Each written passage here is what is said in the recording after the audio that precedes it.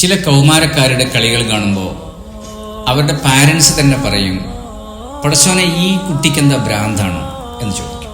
ചിലയിടങ്ങളിൽ നിന്നൊക്കെ ആളുകൾ ചോദിക്കാറുണ്ട് ഇങ്ങനെ. അതിൽ തെറ്റൊന്നും നമുക്ക് പറയാൻ പറ്റില്ല. കാരണം യുവാക്കളിൽ ഭ്രാന്തിൻ്റെ ഒരു ശാഖയുണ്ടെന്നാണ്.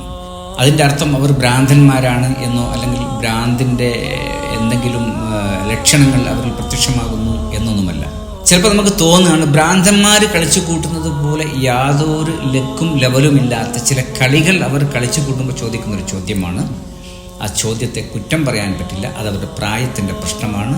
യുവാക്കളിൽ ഭ്രാന്തിൻ്റെ ശാഖയും. എന്നാൽ പിശാച് കെണിവെക്കുമ്പോൾ പിശാചിൻ്റെ കെണിവലയിൽ ആ പിശാച് ആഗ്രഹിക്കുന്നത് അല്ലെങ്കിൽ ഉദ്ദേശിക്കുന്നത് പെണ്ണിനെയാണ്. പെണ്ണ് പിശാചിൻ്റെ കെണിയുമാകുന്നു.